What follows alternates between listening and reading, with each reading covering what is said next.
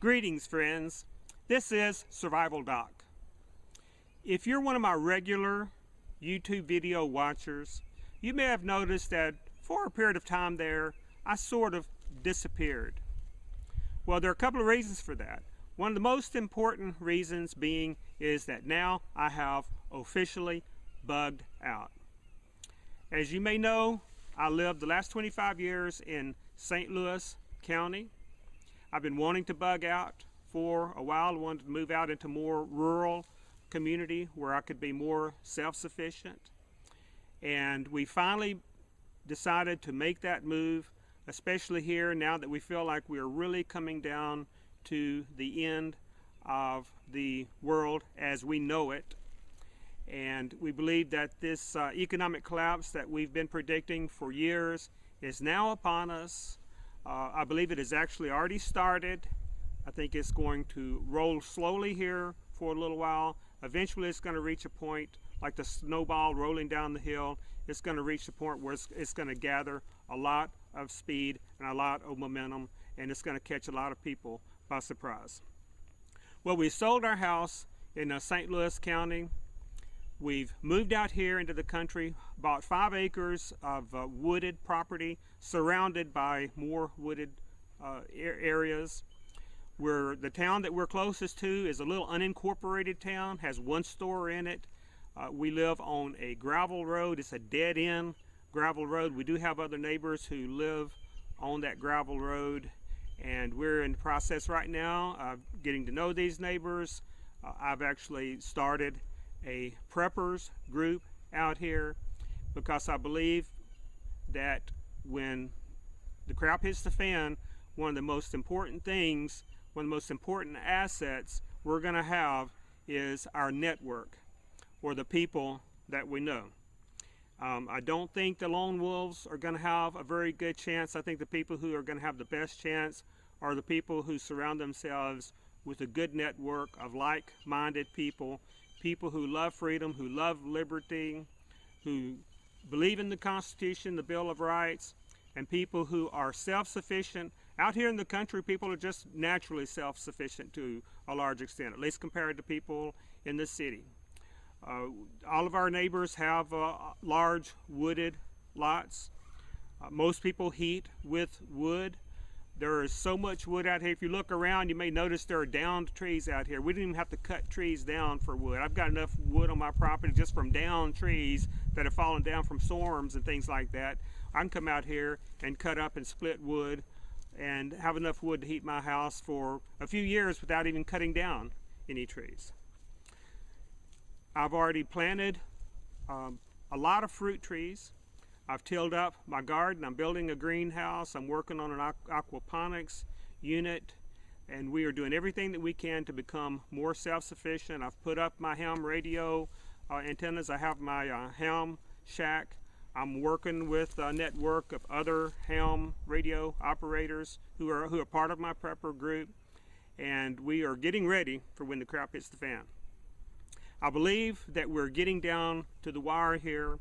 I believe that 2016 is going to be a pivotal year. I'm predicting that things may flow fairly smoothly up until the election. They always try to keep things looking good up when you're approaching an election. That's because the criminals that are in power want to stay in power, and they know that if people get too dissatisfied, they're going to throw them all out of power.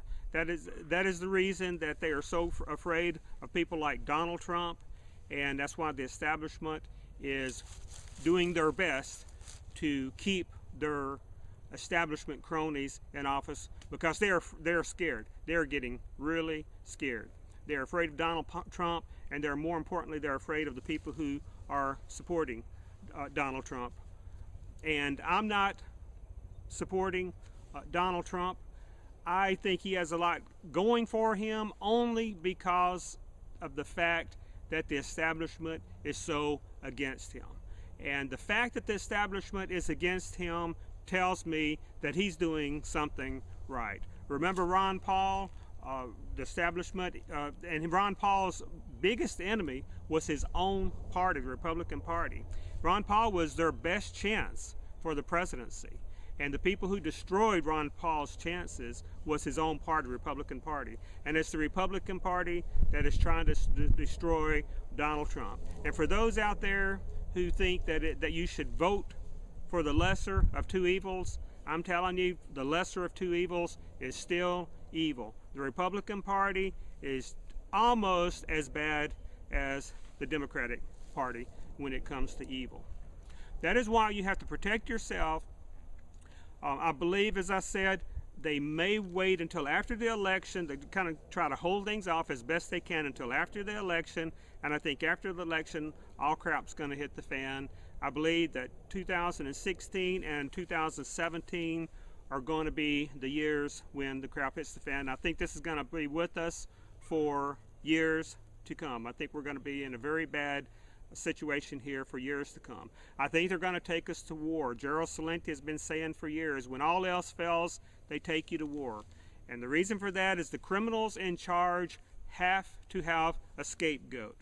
They do not want the people to realize that they are responsible for this mess.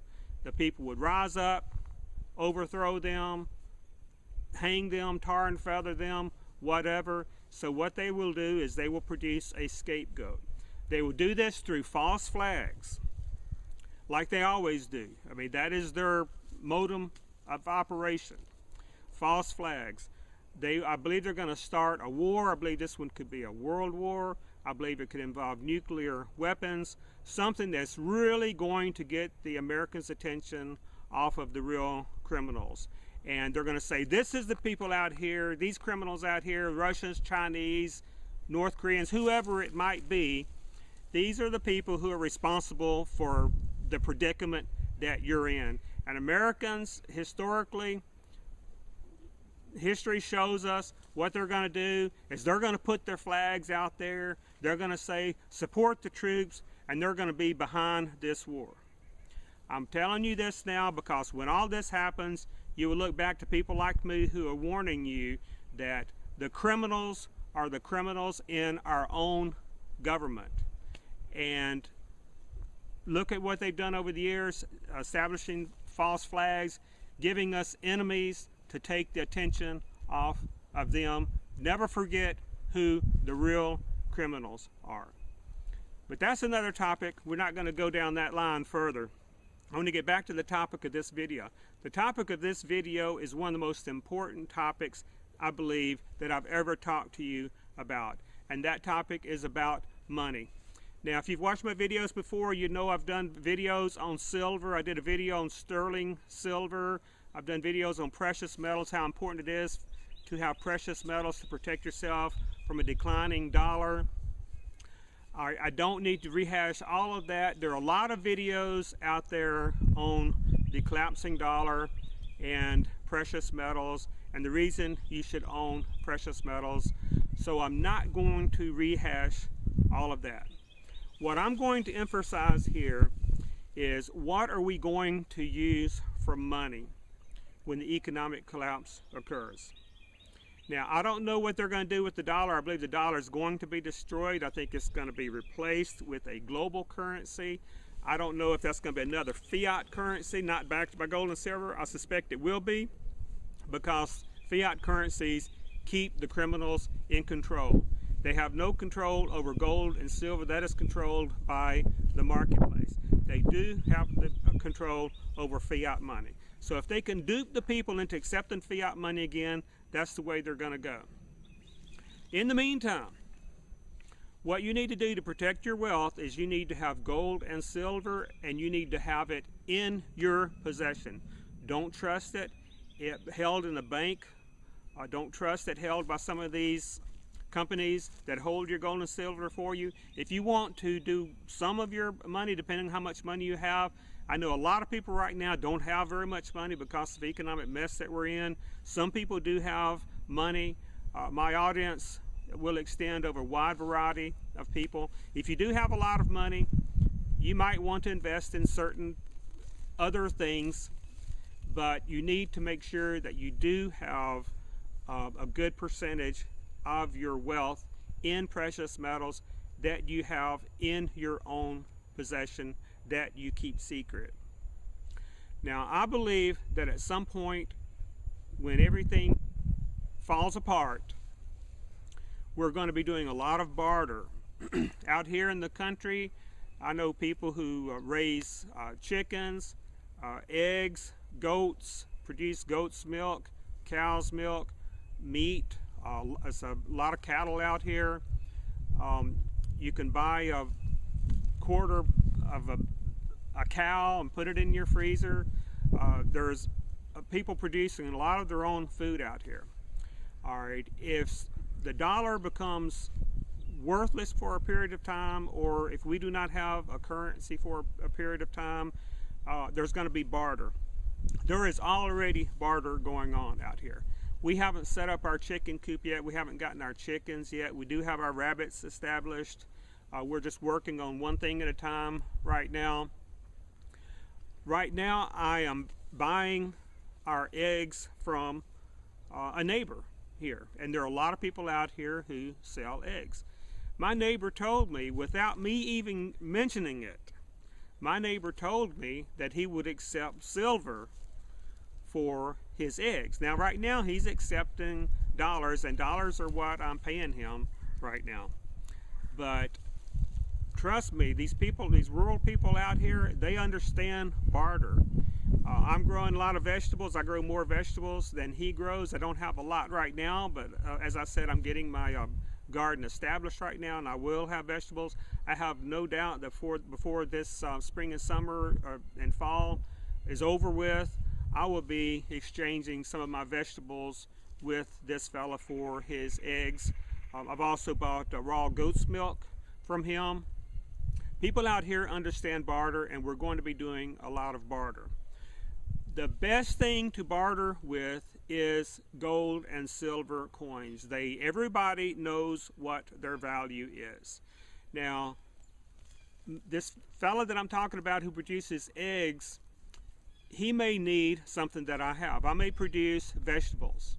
He may need my vegetables, and I need his eggs, so we can trade eggs for vegetables. All right, what happens though if he wants some of my vegetables and I don't need eggs? Because I am going to get my own chickens and start producing my own eggs. What if he grows his own vegetables and grows the same thing that I'm growing, and we don't actually have anything that we can trade directly with each other? That is where the concept of money comes in. Because money is a form of barter, especially precious metals. That's how money developed. All right, if he has eggs and he doesn't need anything else that I have, I know that he will take my silver. Vice versa. If I have something that he wants and I don't need his eggs, I will take his silver. This silver and gold are going to be the medium of exchange. I want all of you preppers out there to get ready for that. All right, the way you get ready for that is not by storing up a bunch of 1 ounce gold coins. They will be far too valuable. You may use a gold coin to barter or to buy property. You may buy a house. You may buy someone's land with it. You're not going to buy eggs with a gold coin, because the other person is not going to easily be able to make change. What you're going to want to do is you're going to want to have silver. Gold is a great way to store large amounts of wealth because it doesn't take up a lot of space. It's easier to hide. Silver is bulkier. To have the same amount of money in silver that you would have in gold, silver by comparison is a lot bulkier. But you can use smaller denominations of money when you're bartering with silver. So, I think any form of easily recognizable silver is going to be good for barter. But it needs to be easily recognizable. I don't think sterling silver is going to be as easy to barter with. Yes, we know sterling silver is 0.925 silver. You can weigh it, you can do the calculations. All right, but sterling silver is not as convenient. For one thing, what if it's not marked properly? Or what if it's not marked in a way that the other person recognizes? Or what if the other person just is not as familiar with sterling silver as you are? Yes, I think you can find someone who will take your sterling silver. I don't think it'll be as easy to barter with your neighbors using sterling silver as it will be if you use established forms like these. And that is coins that people recognize. Now, what people also will recognize is they will recognize a 1 ounce silver round or a 1 ounce silver bar.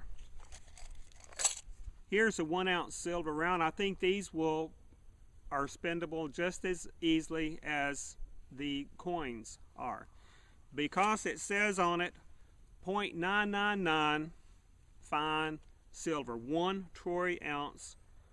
There it is right there, 1 ounce, 0.999 fine silver. People know what these are. It doesn't matter if it's in a coin form, or that's not a coin, this is actually a round.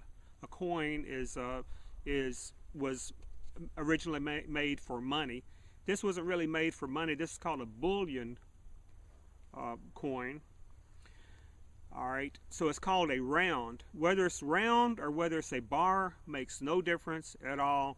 It's marked 1 ounce, 0.999 fine silver. People know what this is worth, because if you know what 1 ounce of silver is worth, that's what this is worth. All right, I think another very convenient way is old U.S. coins. These are abundant. $half coins,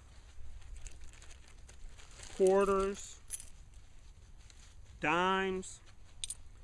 All right, all the U.S. silver coins minted prior to 1965, that means those dated 1964 and earlier, are made of 90% silver.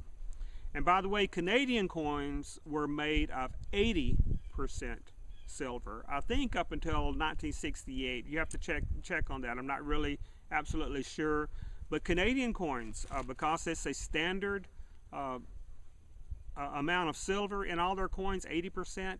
Yes, it's not as much silver as in this. It would take a little bit more of them to equal these 90% coins, but they're still silver, and they'll spin just as easily. More easily in Canada, because Canadians will know what they are. In America, in the United States, we're not as familiar with Canadian coinage. But there's a lot of this old U.S. coins around.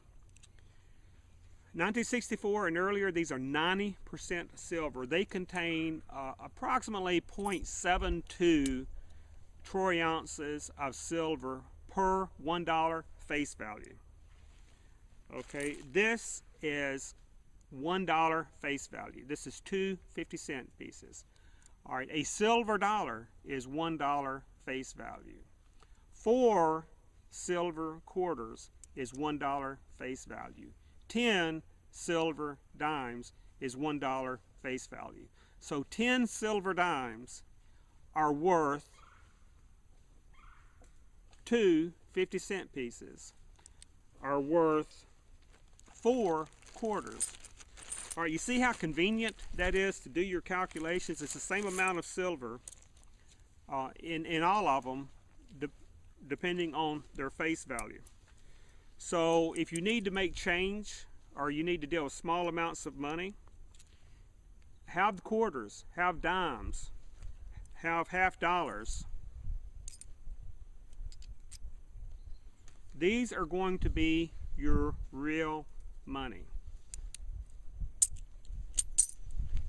It's going to be hard to buy eggs with a gold coin. Here, by the way, I just happened to find a Canadian dime. Again, I said it's 80%. I don't know how that got in this bag. It's 80% silver. Now, these are what I recommend that you buy. Now, it's perfectly fine to buy silver rounds and silver bars, but I recommend that you buy these.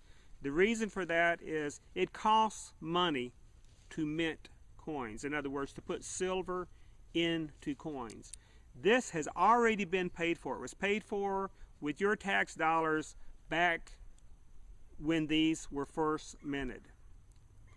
So you can buy these for close to the silver value. Now right now, if someone wants to go out and make a silver round, they have to take silver, melt it down, go through the process of making a silver round. So you're going to pay a little bit more than what the silver is actually worth, and that's called a premium.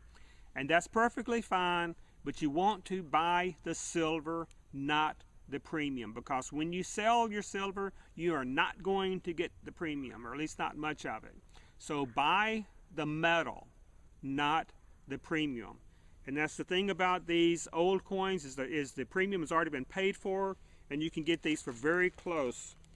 And while I'm on that subject, other forms of precious metals that are out there, make sure you are buying the metal. I've seen these little credit cards that have a small amount of gold in them, like 1/10 of a gram of gold. I've seen this paper money that has actually 1/10 of a gram of gold. All right, look up the price of gold. Convert that from, the price of gold is given in troy ounces. Convert those troy ounces to grams. Do the calculations. You can figure these formulas out. They're easy. Look it up. Do the calculations and figure out what 1 gram of gold is worth, and figure out what 1/10 of a gram of gold is, and whatever you're thinking about buying there. All right. And look at how much you're paying. You should not be paying if 1/10 of a gram, and I'm just going to make these numbers up, and if 1/10 of a gram of gold is worth $10, you don't want to be paying $50 for it. You don't even want to be paying $20 for it. You don't even want to be paying maybe you pay a little bit more than $10, maybe $11 or so. I wouldn't want to pay more than $11. So don't buy $10 worth of gold and pay more than $11 for it. Do the calculations. Buy the metal, not the premium. Because when it comes time to sell that, what you're going to do, you know, if you have a 1/10 gram of gold and you paid $50 for it, and it's only worth $10 when you go to spend it, guess what you're going to get for it? You're going to get $10 for it. You're going to lose $40. When you want to go ahead and put that full $50 into the metal so that you can get it back, don't fall for that. Buy real money. My preference is these old US coins. Now I want to talk about a special coin, and that's the 50-cent piece, or the Kennedy $half.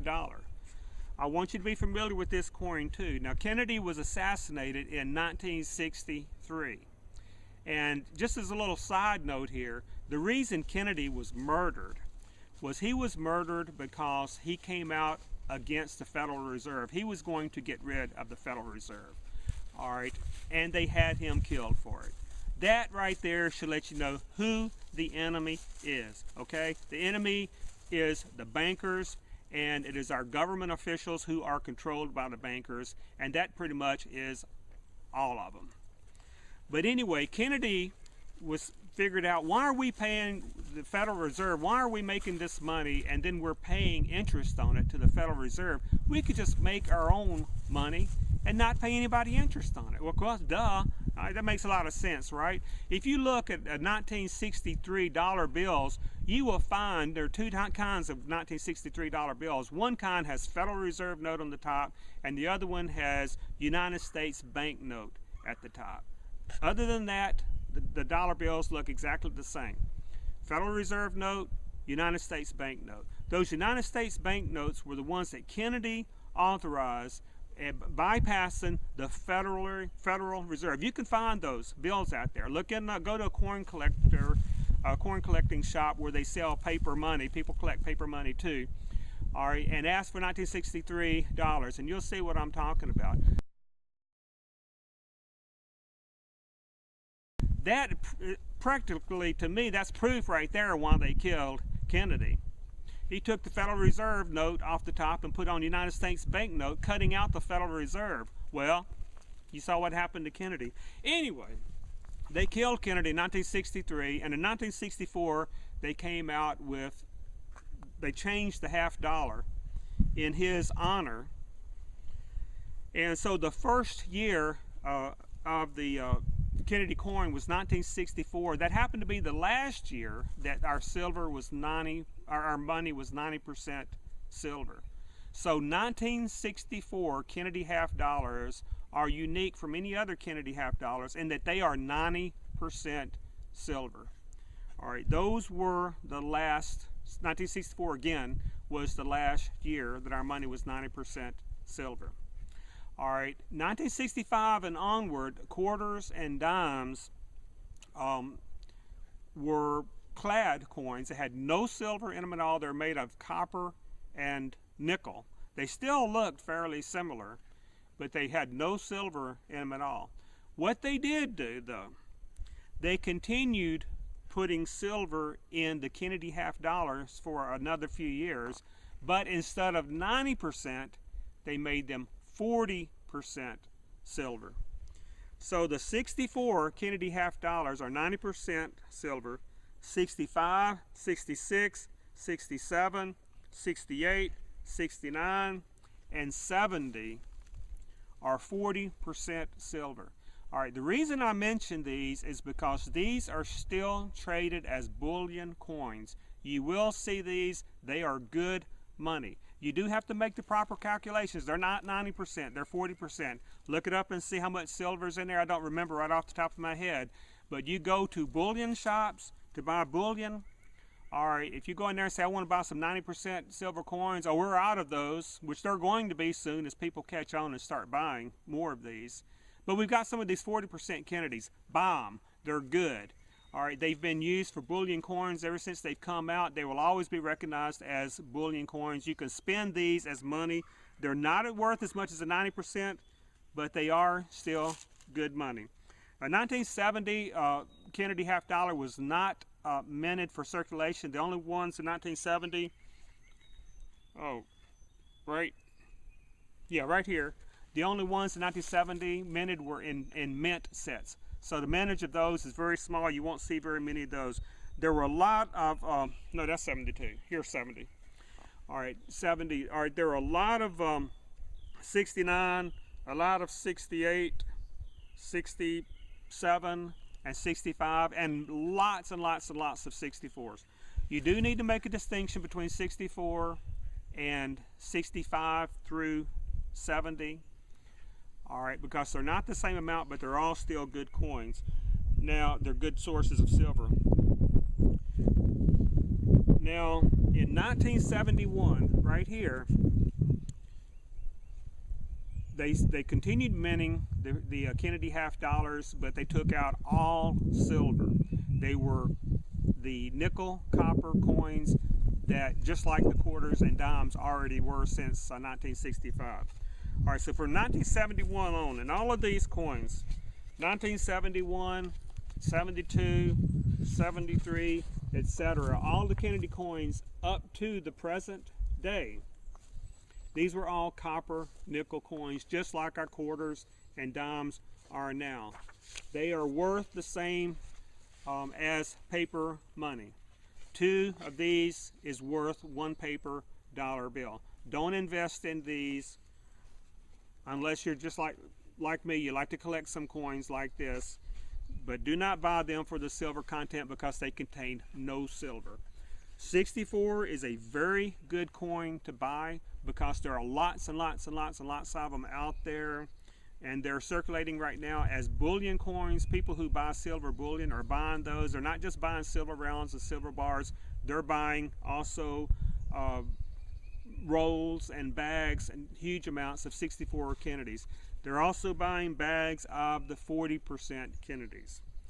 Okay, so I just wanted to mention the Kennedy $50 because they are unique.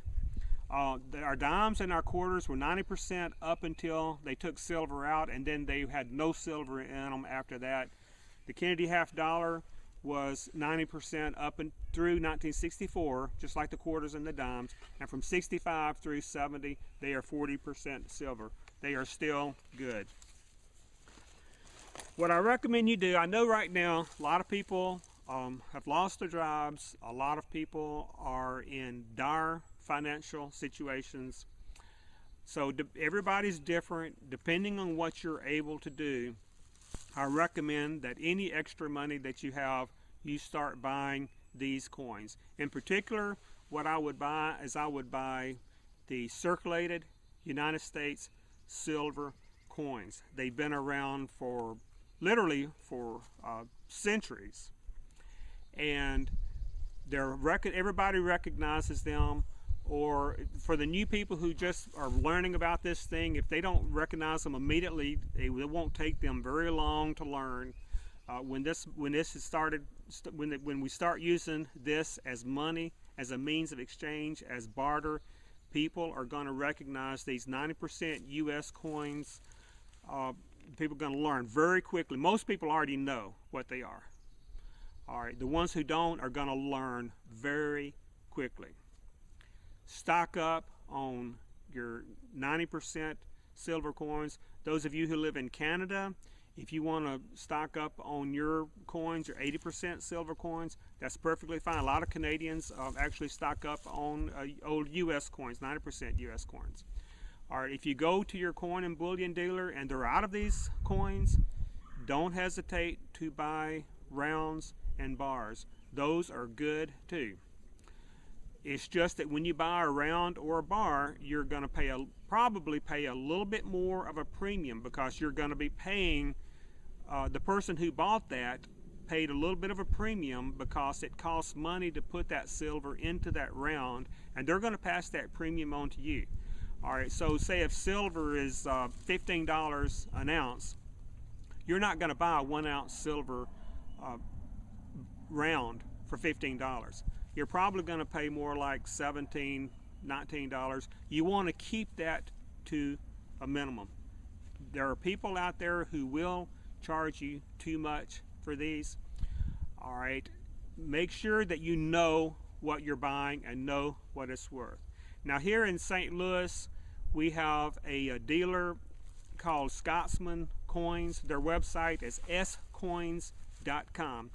I'm not affiliated with them at all, other than the fact that I have been one of their customers for years. They know me. If you go in there and talk to anybody in Scotsman's Coin, or if you contact them by email, tell them Doc sent you. And not all of them in there, they have large staff, and not all of them know me, but there are a few people in there that I do business with, and they will know me, and you just tell them Doc sent you, and they'll know exactly who you're talking about. But that doesn't matter. You're not going to get a special deal because she said Doc sent me. I don't get anything from them, but I have no financial relationship with them. I recommend them because I've been dealing with them for years, and they are very, very, very respectable people. I have not only bought from them, but I've also sold coins when I needed to divest myself of gold or silver, or if I had silver and I needed to convert it to gold, or I actually took my sterling silver. If you remember from my other video that I bought a lot of sterling silver, well, when I moved out here, I wanted to downsize. All right, for one thing, I have a smaller house out here, and I didn't want to move a lot of stuff. I took all of my sterling silver to a Scotsman's Coin and converted it all into rounds, silver rounds, and silver coins. Now, I had to have some money because I needed money to move, and so I'm not saying that I converted all of it into silver rounds. Unfortunately, I had to just sell some of it in order to have money to move and to buy our property out here and everything. And the reason I talk about Scotsman's Coins is because even if you don't live in this area, they have a great website. You can go to scoins.com and look up the price sheets.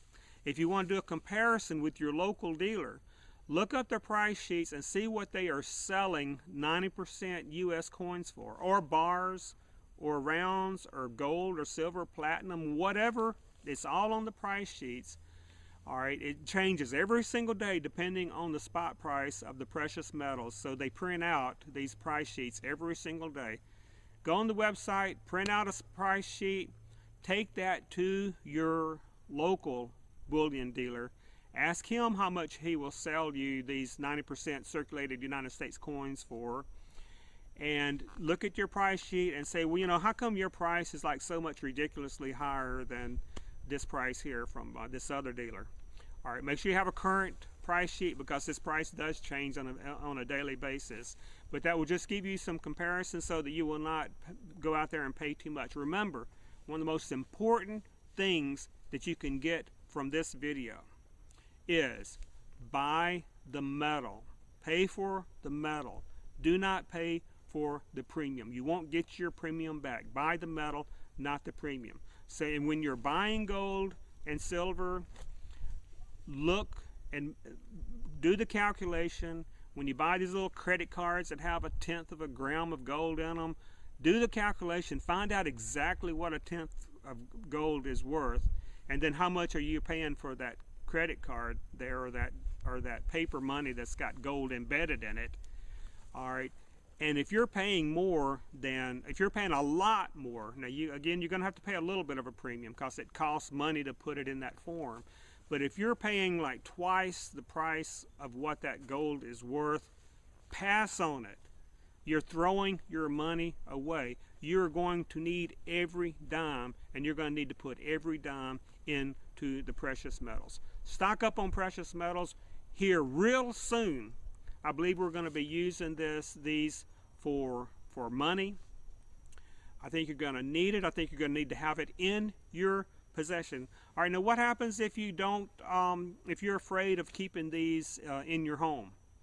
All right, I don't recommend you keep it in a safety deposit box. The government has come into banks and confiscated people's wealth from safety deposit boxes, and I think they'll probably do that again.